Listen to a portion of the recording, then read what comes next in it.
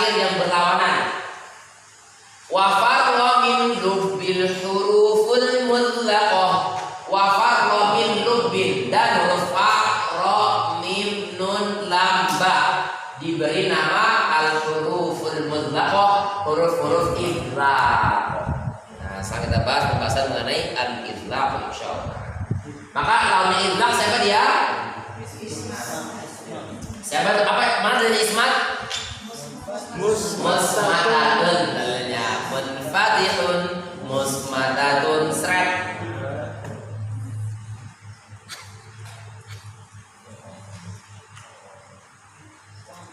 Ada 3 pembahasan yang lebih kepada linguistik, yang lebih kepada bahasa sebenarnya.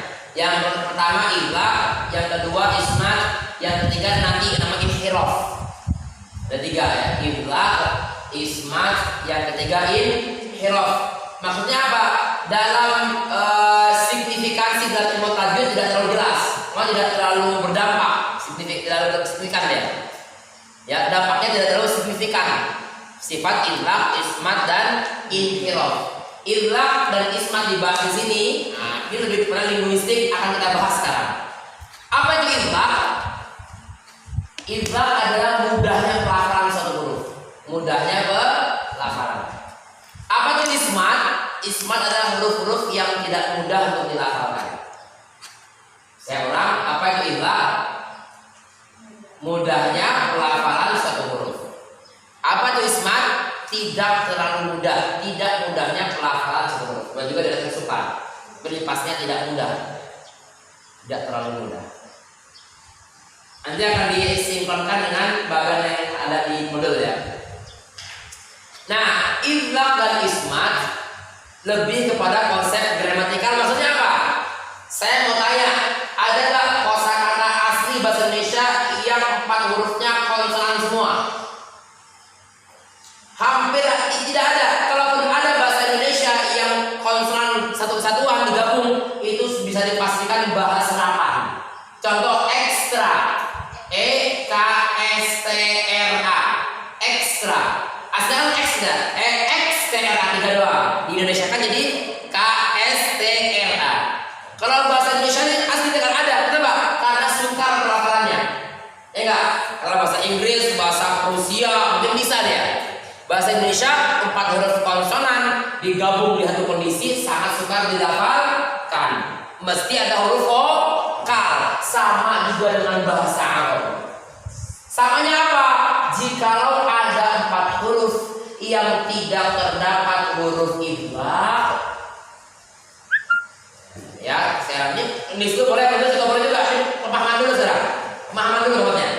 Jikalau ada 4 huruf yang tidak terdapat huruf idlaq, maka sudah bisa diklaim bahwa dia bukan bahasa Arab.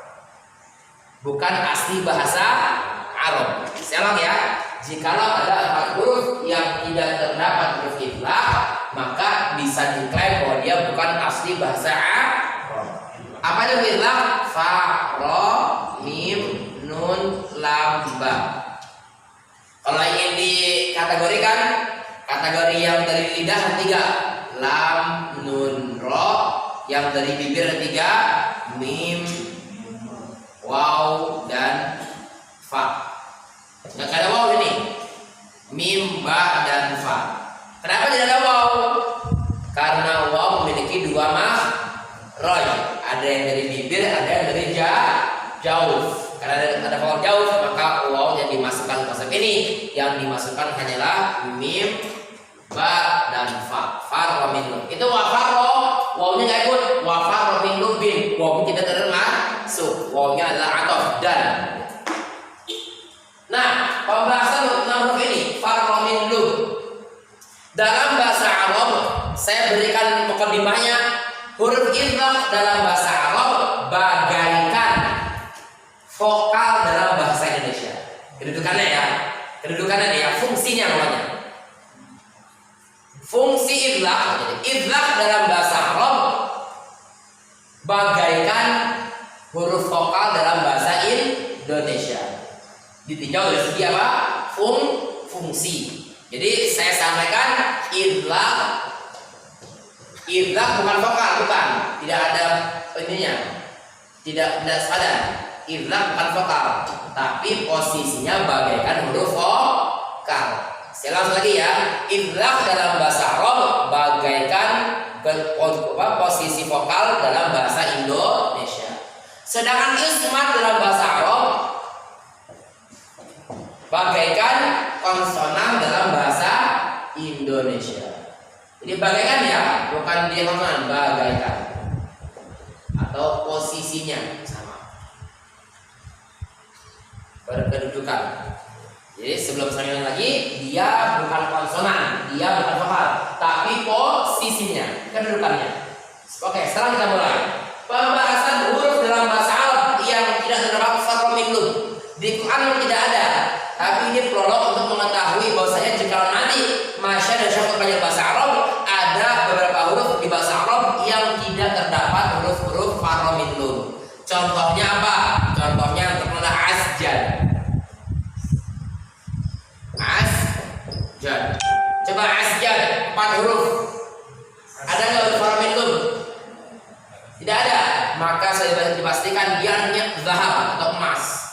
Tulisannya bahasa Arab, tapi dia bukan real dari bahasa Arab. Ya, adopsian bahasa Persia ataupun bahasa Turki juga bisa. Asjad. Ingat masyarakat di Quran semua bahasa Arab, semua berbahasa Arab, tapi ada kosakata yang aslinya bukan dari bahasa Arab. Sekarang ya, Quran semuanya berbahasa Arab, tapi ada kosakata yang aslinya bukan bahasa Arab, serapan. Sama juga Indonesia konsisten, hegemoni, itu kan serap bahasa Indonesia yang diserap dari bahasa Eropa, bahasa Inggris, ya enggak? Sama juga bahasa Arab, contohnya Pak, Nabi Ibrahim alaihissalam.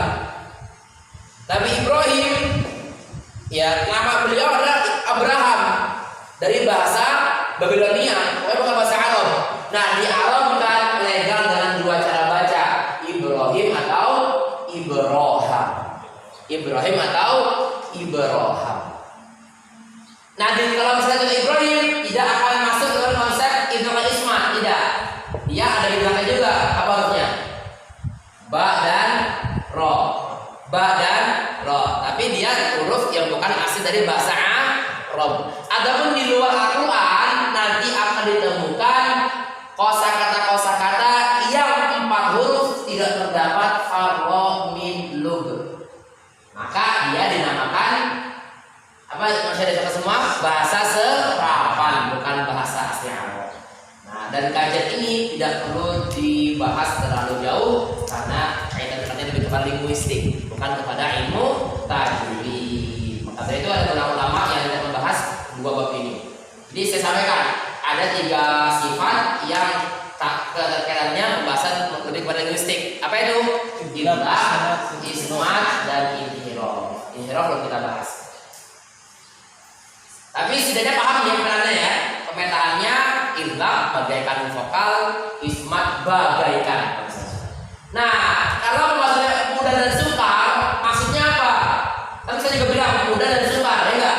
Idlaq itu mudah, ismat tidak terlalu mudah.